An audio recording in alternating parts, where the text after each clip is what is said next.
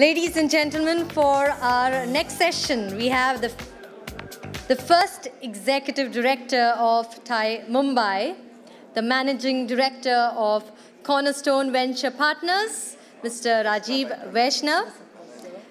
And the next gentleman I'm going to call on stage. I think these lines fit so very well on him. मैं अकेले ही चला था, जानिबे मंजिल मगर, लोग मिलते गए, कारवा बनता गया. And this visionary leader has transformed so many initiatives into finitiatives. A national icon, ladies and gentlemen, the founder of Infosys, Mr. Narayana Murthy. Zordar taaliyan.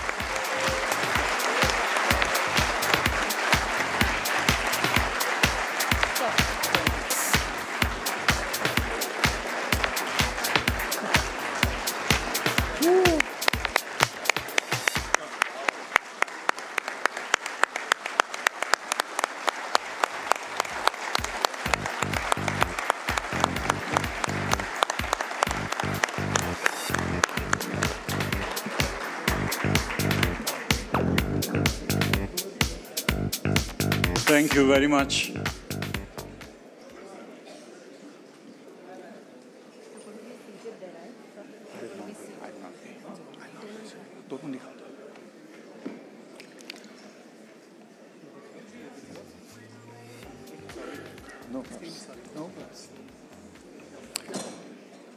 फिर उम्मीदों की बारात आई है, फिर उम्मीदों की बारात आई है, चांद तारों को साथ लाई है. फिर उम्मीदों की बारात आई है, चांद तारों को साथ लाई है. आपकी चाहत का असर देखो, मिस्टर मूर्ति को टाइकॉन में खींच लाई है.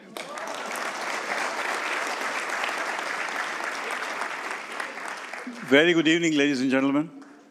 It's amazing nostalgic feeling for me. Many of you may not know, I was the first ED of TiEcon Mumbai. And participating in TiEcon and be on the stage after 20 years is a great feeling. We had organized the first TiEcon in Mumbai at Hotel Regent then, which is Taj Lands End today, on 31st October 2000.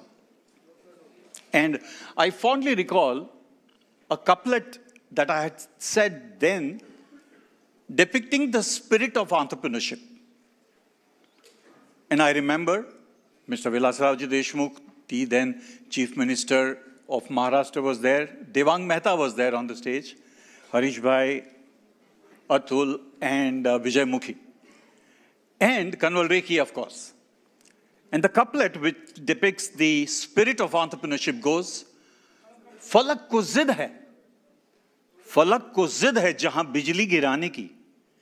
Hame bhi zid hai, wahi aashiyan banane ki. So this particular session there will be a very, very interesting and insightful conversation between Harish Bhai and Mr. Murthy. Post that, we have a felicitation for the Hall of Fame, TiEcon Mumbai Hall of Fame 2019, and there will be felicitation of past presidents of TiEcon Mumbai. So first, I have the honor and pleasure of welcoming my mentor, my guru, Mr. Harish Mehta. Harish Bhai, as we call him. TiEcon Mumbai would have not been in existence without your vision and the synergy that you saw in the potential of entrepreneurship in India. And you pursued TiEcon Silicon Valley, Kanwal, and other co-founders to come to India and look at India. Mr. Mehta co-founded and be the first chairman of NASSCOM. He is the founding president of TiEcon Mumbai, chairman of Onward Technologies, very humble, very modest, charming. Harish Bhai. Okay. Rajiv, you wait.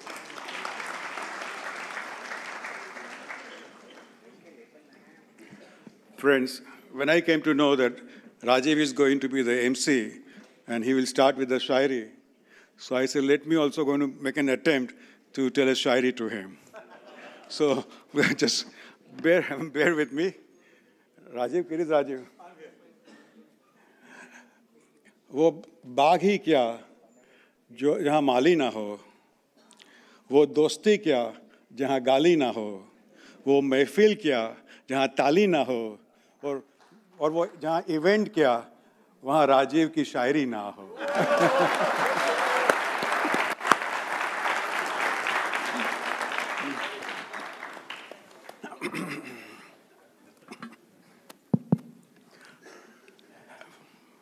सूरज को दिया दिखाने जैसी बात है जब कोई mister मूर्ति के बारे में बात करता है. But I think our visionary leader, one of modern India's greatest entrepreneur, winner of prestigious Padma Vibhushan and several other awards, co-founder of Infosys and former chairman of NASSCOM. His story from the initial failure to setting up of one of the largest IT companies of the country is what is a sheer perseverance in true sense. And that is the inspiration for thousands of entrepreneurs in this country. Ladies and gentlemen, I am now requesting Harish Bhai to take over the conversation. Okay. Should I say Sairi on you also? No, please. Friends, I mean, what a pleasure to have Mr. Murthy with all of us. And I'm going to start with a question. Mr. Murthy, in the last budget, the Prime Minister announced 2030 guidelines, what the vision of India would be in 2030. And he talked about $10 trillion economy. If you were the Prime Minister, what would be your 3 priorities to make that happen? Well, I personally believe that no economic transformation can take place unless there is a cultural transformation. When I say cultural transformation, it means hard work, discipline, courtesy, honesty, trust, putting the interest of the commons ahead of private interests. These are extremely important. No matter where I have gone in the developed world, I see these attributes in plenty. There are some exceptions everywhere, but the critical mass of people have subscribed to these values. However, in India, we are still in our initial part of this journey. So therefore, I would say the first focus would have to be on cultural transformation, and for that we need leadership by example. Not just by Mr. Modi alone, it has to be by every leader. Leaders in politics, leaders in bureaucracy, leaders in the corporate world, leaders in civil society, leaders in academia, etc. Somehow, we Indians, we tend to get satiated very quickly with minor achievements. Therefore, we have to somehow instill in our younger people that desire to sustain hard work, discipline, then honesty, trust, putting the interests of the commons ahead of private interests, etc. If these things happen, I think that is where Mahatma Gandhi was the greatest leader ever to have walked on the face of, I would say, this earth, but definitely on the face of India, because he walked the talk. He led by example. In fact, during his journey throughout the country, he insisted on living in an austere manner. He wanted to travel by third class. He would eat whatever others ate, etc., etc. There had to be many plainclothes people guarding him. No wonder, Sarojini Naidu, his compatriot, once said, it takes a fortune to keep this old man in poverty. But there was a valid reason for that man to symbolize the poorest Indian, because that message was very important. Therefore, I would say the first is that. The second is we have to enhance the contribution of exports to our GDP. Today, it's somewhere around 13 to 14%. In a good year, maybe 15%. But no country in the world has managed to show aggressive growth on a sustainable basis unless the contribution of exports was between 25 and 30%. I mean, China is one. I mean, look at any of the ASEAN countries, even Vietnam today, which has left India behind. I think all these are great examples of that. Other value of focusing on export is you bring good quality at competitive prices even in the domestic market. So therefore, we have to focus on export. Third, India has to focus on the quality of its education. The quality of education in India, while we all want to say Mera Bharat Mahan and Jai Ho and all of that, the reality is that the quality of Indian education is one of the poorest in the world. Just to give you a data point, in 2004, 2003, we conducted a controlled experiment. We gave a very simple test to students who had passed BE in computer science or BTech in computer science. The average mark obtained by them was just 3 out of 100. Just about 3 months ago, one of my former colleagues conducted another test. While 95% of the BE in computer science in several colleges in a state, I don't want to name the state, got 95 marks out of 100 when they were given problems that had been solved in the class by the teacher. They got 3 out of 100 when given problems that had not been given that had not yet been solved by their teachers. So therefore, I think our education system has to be enhanced. The fourth one, of course, is that we have to reduce friction to business.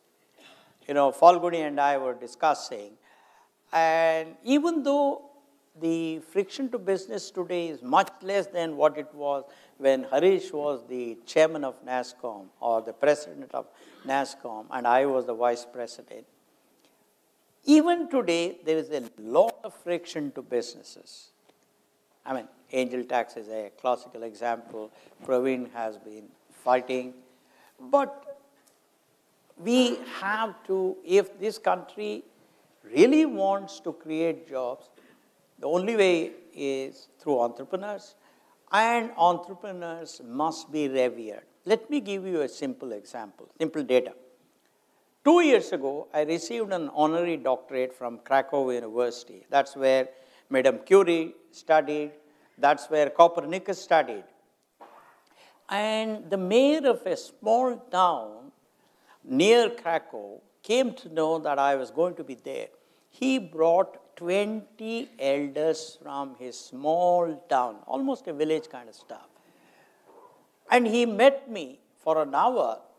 He was literally begging me to create 100 jobs in his place. That hunger, that passion, I don't see it in India amongst the politicians and the bureaucrats. I think, therefore, if we combined all these, I do believe that this $10 trillion by 2030, which requires us to get to a compounded growth rate of 12%, which appears extremely impossible, I believe can be achieved if we did some of these.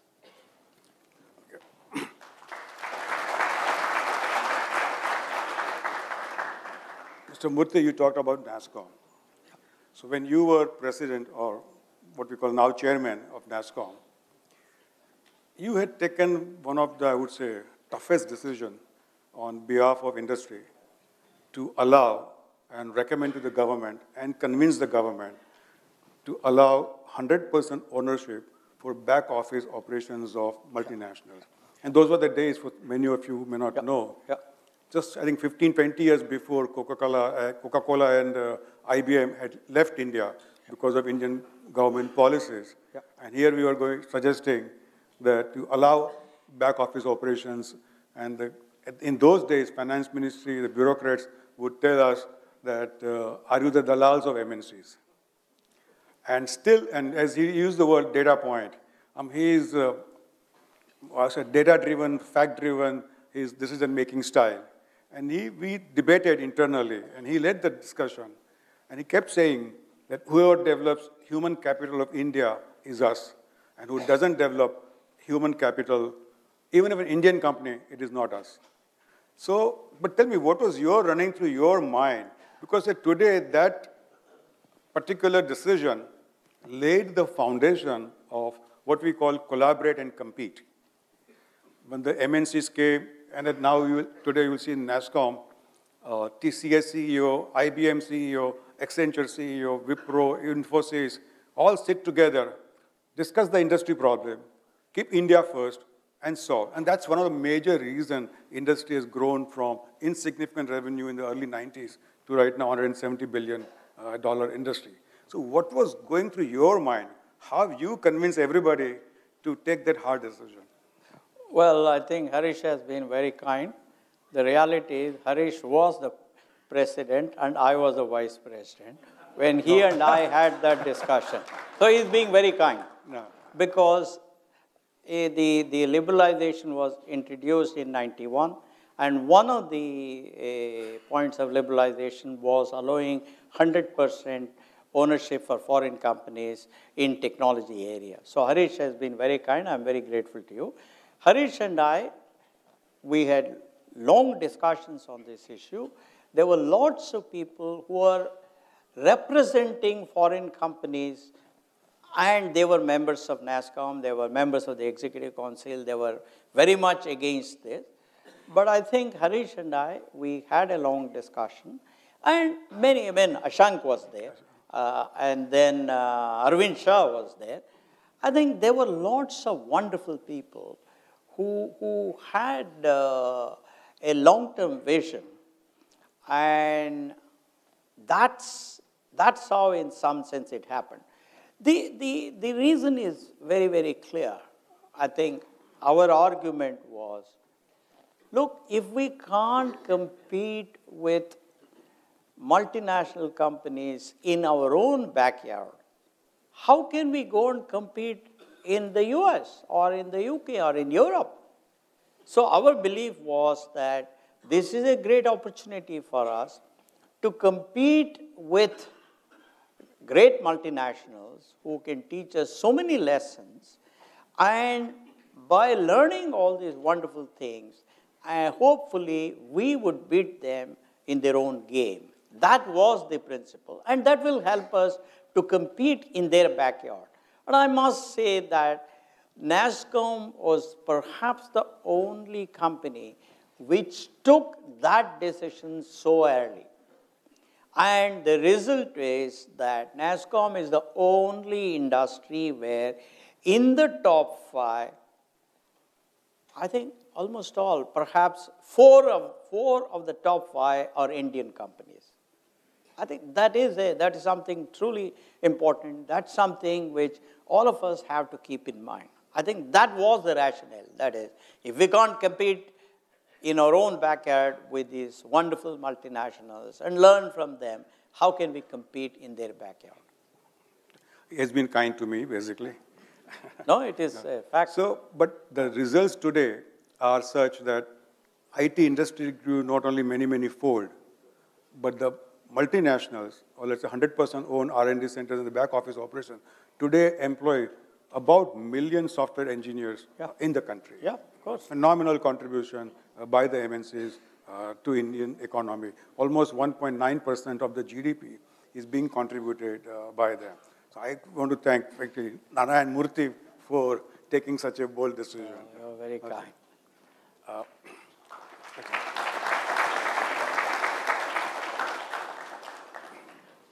Mr. Murthy, what you see here are budding entrepreneurs. Yeah.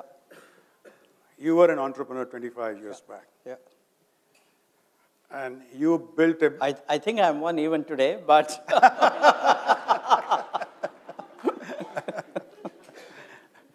At least in entrepreneurial mindset. Yeah. Fair enough. Huh. So 25 years back, your turnover was about 10 crore, X, whatever, that small number. Yeah. And then you came up, I don't know, I mean, what are the things you did in terms of building a business model where you are reach the sky? And not only that, you change the face of India by number of practices that you and your company employed. What message you would give to the startup entrepreneurs in front of you? Well, I think entrepreneurs of today are much luckier than we were because there is intense competition here in India itself, and there is intense competition outside. And competition is what will make you stronger and fitter, and is what will bring you much bigger rewards. The problems that we faced were primarily in removing the various hurdles that the government had put in our path to success. There was no current account convertibility, which meant that if I had to travel abroad for even one day, I had to apply to RBI, it would take 14 days, all of that. I must tell you a story here. Our friend, Ashank, Harish, and our friend, Mr. K.V. Ramani, he applied for 3 days foreign exchange, where he specified that he would spend 2 days in Paris and 1 day in Frankfurt. So when he went to Paris, the person that he was supposed to meet on the second day, he had gone to the headquarters in Frankfurt, and he said, why don't you meet me in Frankfurt? So the result was, Mr. K.V. Ramani spent 1 day in Paris and 2 days in Frankfurt. Those days, not only did we have to very clearly specify the purpose of travel, we had to even submit a tour report on how we spent our time. So Ramani, very extremely honest and, very decent guy, he came back and he submitted a report that said that as against the RBI approval of 2 days in Paris and 1 day in Frankfurt, he spent 1 day in Paris and 2 days in Frankfurt. He promptly got a show cause notice. When I used to tell Bimal, when I was on the board of RBI, Bimal used to laugh. He wouldn't believe that it was, why we ready. They would say, we can't imagine that this was the kind of India. So our problems were current account convertibility, licensing. We had to go to Delhi 50 times and then wait in the corridors of Department of Electronics to get a license to import a computer worth $100,000, which today is probably, is priced at maybe $10,000. Third, there were no telephone connections. Forget about data connections. It would take 7 years to get a telephone connection. The joke in India used to be that half the people are waiting for a telephone, the other half are waiting for a dial tone.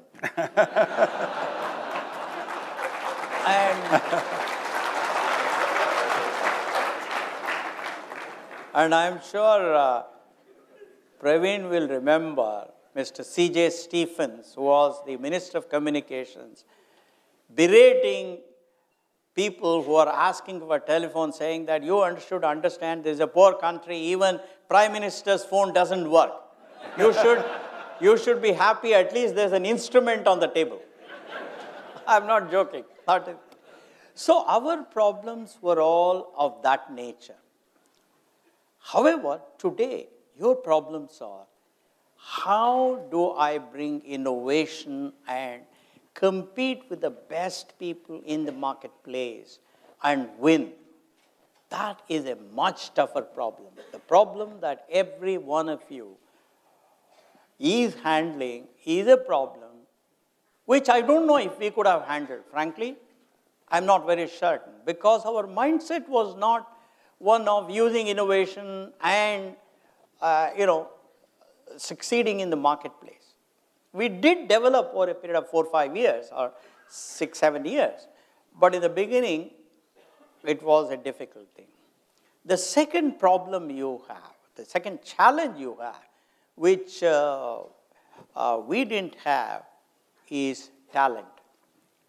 Today, whether it is in India or in the Silicon Valley or Route 128 or Research Triangle Park, the biggest challenge is access to talent. And the salaries have gone sky high, even in India. Number two, while we have raised the quantity of people coming out of our colleges, the quality is sadly going down. Let me give you a data point to buttress that. In 2002, I conducted an experiment. Those days, our selection rate was 5 people for every 700 resumes we received. In other words, 7 for every 500, 1.4%. We conducted the same test for the teachers of the various engineering colleges. And no, I'm from all over the country. It was a wonderfully designed test. Do you know what the success rate was? 0.14%. So, now you can imagine if it was so in 2002, 18 years later, where there's so many students passing out and so many colleges, that the quality of talent is going down. Therefore, your challenge is, how do you mount excellent training programs within your companies, even though you're small, or use considerable amount of money to get these people trained. And then there is, of course, attrition. The attrition for you people is so much more than the attrition that we faced. So I think you are fighting a much tougher battle. However, your ambitions are also much higher. While it was normal for us to wait, I remember in 1981, I had told all my younger colleagues that we would go public by 1991. We couldn't go public. Ashank beat us. I remember he went public in December 1992, and we went public on 27th February 1993. In other words, it took us 12 years to go public. But now you're not happy. You're not satisfied. You want to go public, even if you're not making profit. Just now we are having a discussion on that. So your ambitions are high. Your challenges are much tougher than we faced. But what that means is you are better warriors than we were. That's what I would say. 57. Last question. Yeah. We talked about startup entrepreneur. The other side is the investor community. Yeah. Now, if you look at the numbers over the last 4 years, $38 billion have been invested in the startups. Yeah. $34 billion have come from outside India. Correct. 4 billion is only from India. Yeah. Now, the market cap, that's all its evaluation of these companies today is around $78 billion. Yeah. That means the maximum wealth creation is going outside India. And apart from companies flipping, and that's a different point in terms of going public in NASDAQ. But in India itself, how do we stimulate Indian capital to enter the startup world? You know, in fact, our friend Saurabh Srivastav is fighting a very valiant battle. I am the chairman of the Alternate Investment Policy Advisory Committee, and one of the things is the venture capital and then angel funding and all of that. So there he's making exactly this point. Only 10 to 12% of the total funding that is being invested in this country is Indian.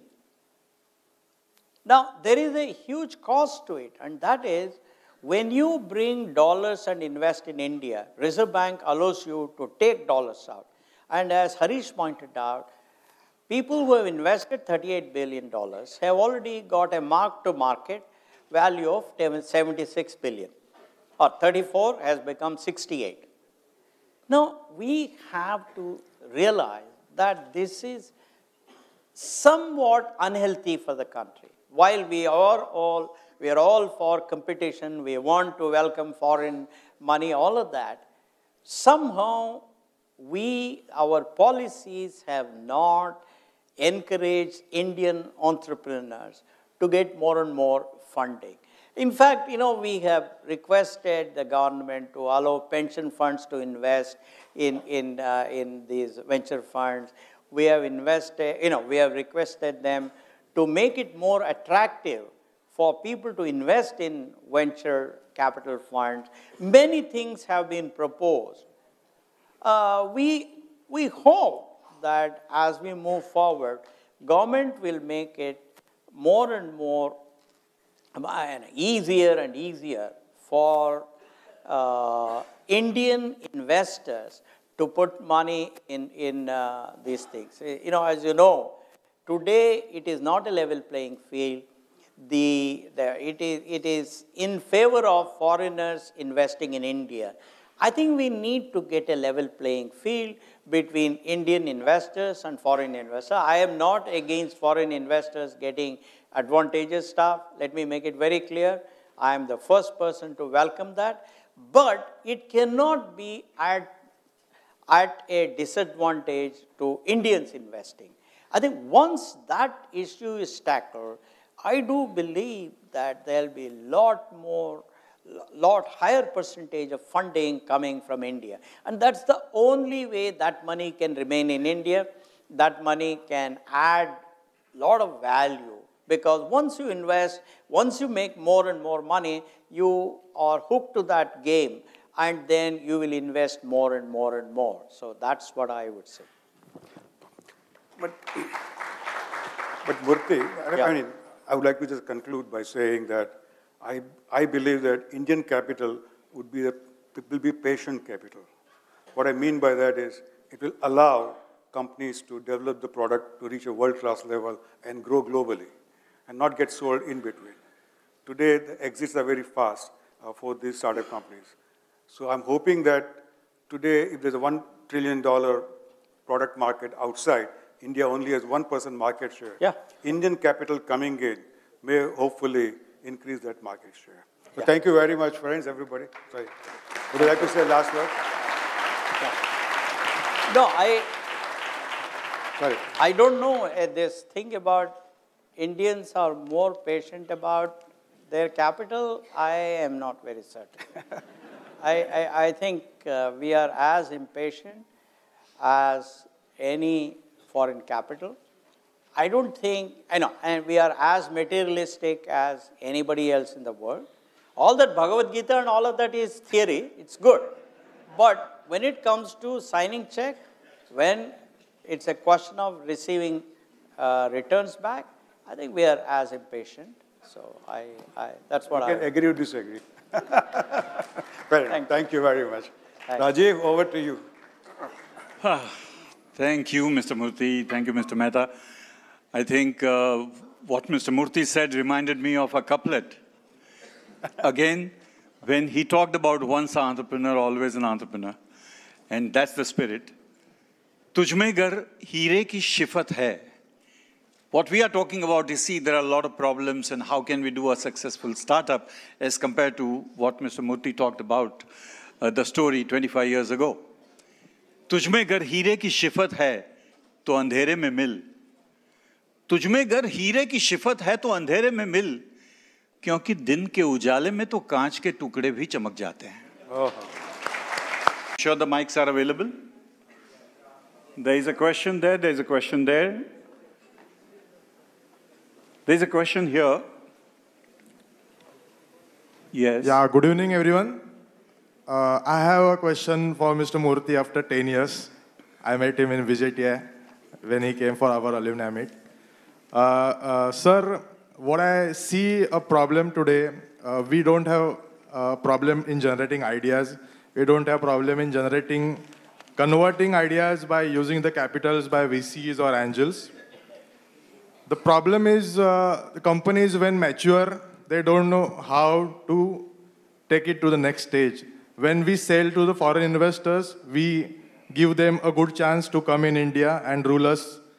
Second, the companies who are from decades are following the legacies are facing the problem of succession planning.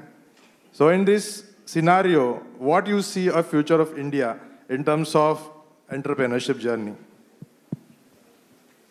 No, I think that the whole mindset that foreigners are here to zip us or take advantage of us, I think that's not a good one. If we have self-confidence, if we put in a lot of hard work, if we bring in innovation, I do think that we can succeed. And the competition from smart foreign companies is a plus. That is exactly what Harish, Ashank, Arvind and I and a few others decided as early as 1990. Kindly, this is about 29 years ago. At that time, there was so much of problem for us. But we still said, if we want to build our self-confidence, we need good competition. We need to learn from people who have performed better than us. So I think the future of India will be bright if we are open-minded to learn from people who are better than us, one. If we embrace meritocracy. Third, if there is an environment of fairness and justice.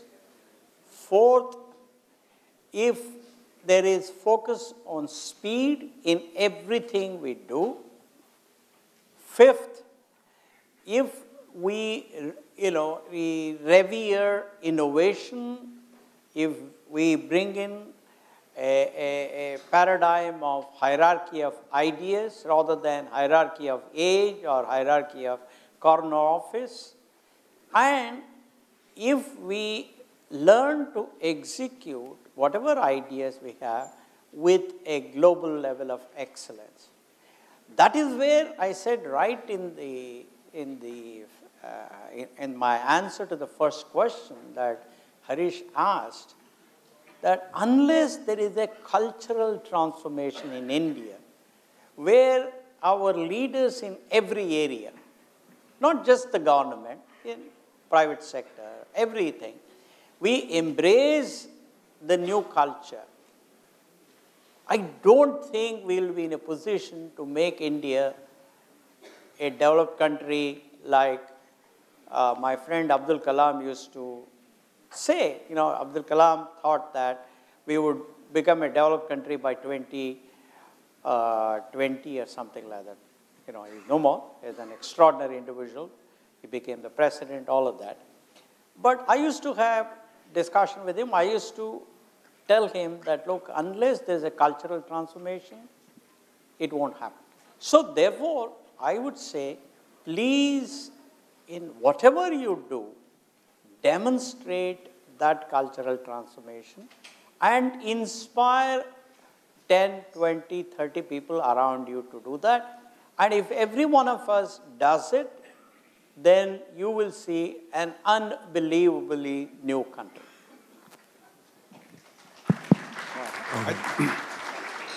I would like to add here, Mr. Murthy, he walks the talk. He talks about the new culture. He represents, in that sense, the new India or new Indian. Just to give you a small story, last night, and of course, Naveen and they were asking me, will Mr. Murthy come? I said, once he has committed, he'll come. Last night, I received a call from his secretary saying that Mr. Murthy's schedule has changed, and there's an urgent meeting has come up in the morning at Bangalore. So I was then worried whether he'll be able to come or not. And there was no commercial flight available to reach here on time so that he can make it here. You'll be surprised. He came by a private plane to see that his commitment is met here.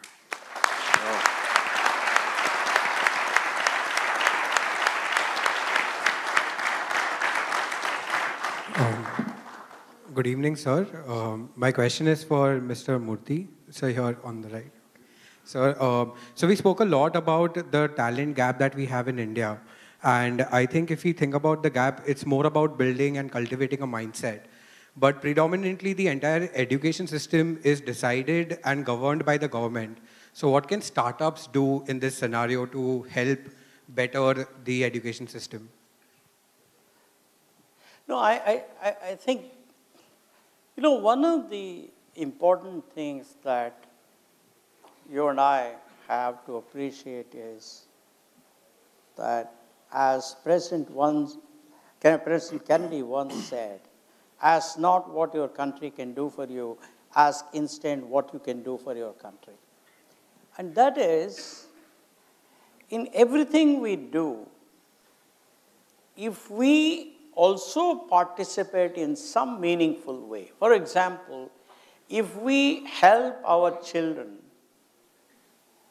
obtain a problem-solving mindset, if we enhance their curiosity, if we make them question everything, then I do believe that it will add significantly. Number one. Number two, as you know, most state governments have started relaxing their control over at least the college system.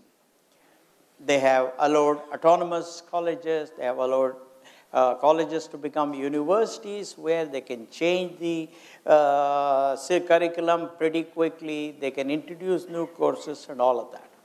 So my request to you is, let us remember what President Kennedy said and try and do that. And as I pointed out right in the beginning, the challenge that you people have is much bigger than the challenge we had. And that is, the demand for jobs was not very high during our time, therefore it was easy to attract people. But now, as part of your business plan, please include a certain budget for training and at a later stage for education and research and everything. Because by and large now, venture capitalists accept that. You know, for example, in 2000, I established the world's largest corporate training center. Nowhere else it is there. That's a place where there are 11,300 single rooms, nearly 5-star, 4.5 you could say. And if you visit Mysore, you will see there is nothing like that anywhere. You know, Ohio State University, Columbus campus is supposed to be the largest university campus in the world, but ours is larger than that. The point I'm making is, the larger companies can afford to invest, but the smaller companies, please put a certain amount of money in training, in your funding that you ask from VCs. And let me assure you, VCs will be very happy to provide you. Let's not depend too much on the government. Government has a lot of problems. You know, there are so many poor people in this country. Let government worry about those problems. Let you and I worry about this. Thank you. Mr. Nishit Desai, please. Yeah, Nishit bhai, your question. Yeah. Okay, thank you so much for this opportunity. Murthy, we had a chance to work together when we took Infosys public on the NASDAQ. What I see today is that there's huge issue on corporate governance. I want to hear some views or thoughts on that. And the role of organizational behavior. And I distinctly remember having gone through Infosys. It was not that innovative company, with respect. It was great service company. But I think what really got us premium on the NASDAQ was the organizational behavior and the issues of ethics. And those ones I'm sometimes thinking are lacking at this point in time. And best companies blow themselves off because of some of the social issues or the behavioral issue. And I think it would be good to hear your views. Well, I think as you are right, you know, there are a few cases where the governance levels are not what you and I would like them to be. But at the same time, we Indians, we also don't want to rock the boat. In two particular cases, actually, I don't want to mention their names, the board of directors, when there was an issue with the performance of the CEO, in a matter of a few hours, they stood up and said everything is fine. And later on, they went back on that. That's a different issue, when they were forced. But I think that is part of the Indian culture. Because we in India, we don't want any transaction to be unpleasant. Everything has to be nice. I think in the end, that mindset, in the end, will only lead to more sorrow, more unhappiness. So the right thing, again, this is a cultural transformation. We have to stand up and say in a courteous way that something is not right. We have to learn to get into details. We have to learn the business model of the company. We have to go through the various compliance procedures. We have to understand what is right, what is wrong. No, unless there is an institute that certifies the independent directors to go through a course and pass a test, and then only they can be absorbed as independent directors. And if there is any lapse of governance in a company, all the independent directors that were associated, they have to be held accountable in some way, like it happens outside India. Here, there is no accountability at all of independent directors. It is assumed that independent directors are there to just eat some kaju and drink some coffee. I think that has to change.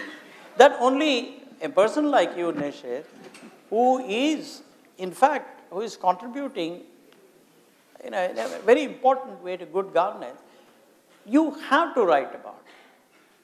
It will change. I have no doubt at all. It will change. But it will change faster if you and I do not, stand up. Oh, for example, I tell you, when there was something not so good with what was happening in my company, when I stood up, let me tell you, everybody criticized me. Everybody. On TV, on newspaper, this, that, etc. Except a few good friends like Harish and then Ashank, etc., who knew me. But I didn't care. Because I was not looking for kudos from all those people. I was only looking at what was right, what was wrong. So, fortunately for me, after 2 years, the company came back and they said, we neither deny nor accept that we have done anything wrong. However, we are willing to pay fine. I mean, anybody knows that that is the way most corporations accept their mistake. So the point I'm making is, no, that's the reality. I think the point is, we in this culture, we have to learn to disagree in an agreeable manner and stand up for our beliefs. That is lacking. Thank you. I think we'll take the last question. Most difficult challenges or indifferent situations you have faced in the initial half, in the first half of your business in building up this situation, and you have overcome that situation and brought up this company into such big heights in the initial stages? You're asking about what? Problems in the initial stage? Yeah. Any of the problems within or even from the outside, which was a real challenge for you, which you overcome that thing and which you could bring up still this company into great heights? No, there were several challenges. There were several issues. As I pointed out, getting a license to import a computer took us 3 years. Nobody was ready to give us a loan. Grindlace Bank did a project feasibility report. And they said, this is fantastic, we have done that. Of course, they charged us 1 lakh of rupees in 1980. They said, this is great, fantastic. Then I asked the gentleman, that means you're going to give us loan. He said, no, we don't give you loan. We give only to Tatas and Birlas. We don't give you. I said, then what is the value of your report? It's not worth the paper on which it is printed. They said, no, we can take you to public sector banks. I said, I don't need you to take me to public sector banks. So there were a lot of issues. For example, when we decided to shift to Electronic City, going there took us 2.5 hours each way. But our logic was, at least there would be clean air, we'd have food courts, we'd have other facilities. So convincing the youngsters to make that sacrifice was not easy. We did that. Then there were umpteen demands on us to pay bribe. Umpteen demands. We didn't do that. But the first time you did not pay and held on, they delayed and all of that. But the second time, there was a clear sense of respect for us from the same guys, from the same bureaucrats. So, then, there was a Fortune 10 company which was contributing 25% to our top line and 8% to our bottom line. This company had this habit of coming once in 5 years and renegotiating the prices to lower levels. That time, after 2 days, I finally said, enough is enough. Said, if we accept this, we will be shortchanging you, number one. We will not be able to produce good software. Number two, I have to be fair to other customers too. And if I did that, then I will not have money to invest in training, invest in quality, invest in new technology, in better salaries for our people. Therefore, I said, you please decide whosoever you want to work with, we will transition the entire work. That day, every one of my colleagues was upset with me. Of course, later on they said it was brilliant and this and that. But at that time, I was absolutely alone. So I think God was of course, I can say all that thing now only because it turned out to be nice, proper. If it had failed, then Harish will not invite me here. So I think, all of us have gone through difficulties, different kinds of difficulties. Because as we say in our ancient wisdom, there is in fact, as Buddha said, there is no house where there has been no death. Similarly, there is no company that has not gone through difficult days. It will all. But at that point in time, it is the job of the leader to give confidence to younger people. This is one thing I learned from my South African Englishman boss when I used to work in Paris in early 70s. We were building an operating system to handle air cargo for Charles de Gaulle Airport. It's called SOFIA, System d'Ordinateur pour Traitement de Fret International Aérien. When you test an operating system, you have to have people from every area of the operating system, task management, file management, memory management, then logging and recovery, inter-task communication, etc., etc. Because when the operating system bombed, all that you got was a huge hexadecimal listing. That's all. Then we would go through various tables and find out whose program bombed. That was that Friday evening at 4:45. Finally, the finger pointed at me. I was handling the file management. And in France, in Paris, Friday evening, everybody has, at 5 o'clock, everybody has to go home. Either girlfriend, boyfriend, chien, dog, this, that. They were all left. Then I called my boss, a gentleman by name Colin Boucher, who is a South African Englishman. And he was non-technical, but I told Colin, I said, look, Colin, there's a problem. So he came. And then he said, how much time will you take to repair this stuff? Because Monday morning, we have to bring the system to the same level as Friday before we tested. So I took about an hour, and I realized that the magnetic tape which contained the latest version could not be read because they had recalibrated the magnetic tape. So finally, I found out that we had to go back to the end of month tape and apply all the updates using punched cards. Those days it was punch cards. And I told Colin that it will take about 26 hours. He picked up the phone, called his wife and said, I won't be able to come for dinner. I will be held up in the office. Please, go with the children, whatever it is, because he had been invited for dinner somewhere. And he sat with me. He said, look, kid, I was very young. I was, early 20s. He said, I will bring you dinner. I'll bring you morning coffee, all of that. Okay, but you have to do it all alone. And until I completed the task, he would crack jokes, he would encourage me and all of that.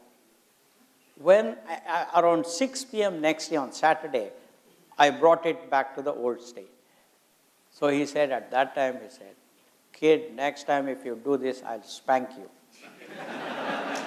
No, I'll tell you, this is something even today I remember. The beauty of a great leader.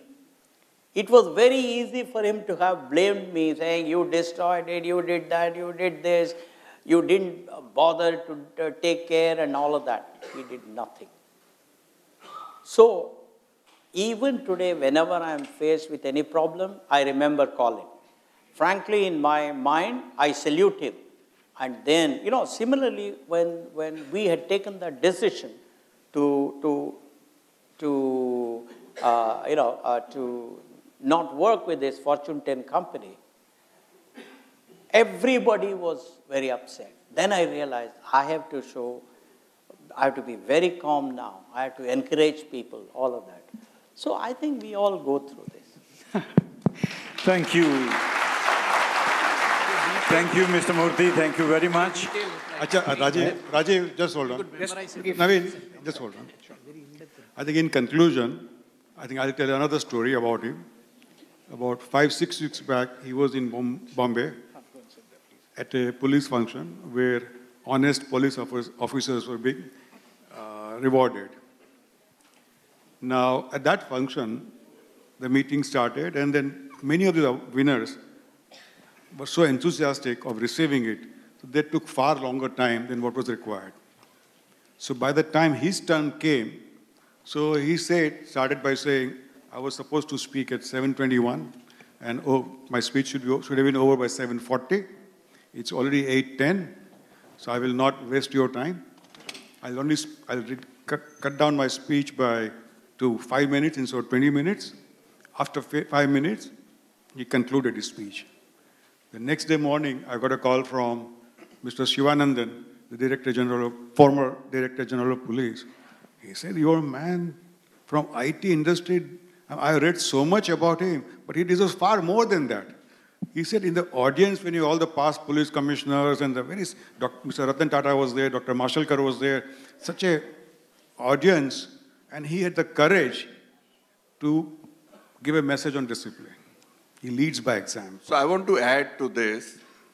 Harish mentioned this when we were planning the sessions and Mr. Murthy coming for 5 p.m. session. The fact that he had ended the session that he's referring to earlier and did not give his entire talk because it was delayed had such an impact on all of us. If you see today's time management is one of the finest you can see in any conference.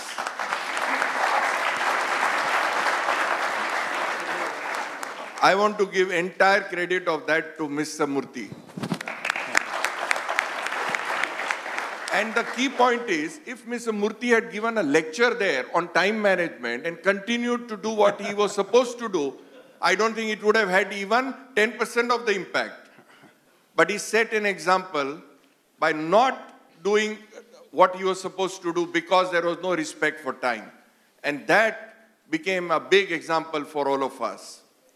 And I'm sure we'll continue with this good time management tomorrow also with this example that Mr. Murthy has set for us.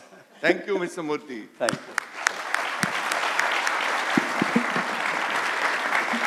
So, folks, please hang in. We have Shruti Hassan in the house, just 5-7 minutes away. Now, it'll be an absolute honor that I have that 20 years of TiE, and the least that I could do and ask Mr. Narayana Murthy to do is award the first executive director of TiE Mumbai, Mr. Rajiv Vaishnav. He has been a star in Mumbai, and I don't think anybody knows, but I've had the opportunity of working under him as well.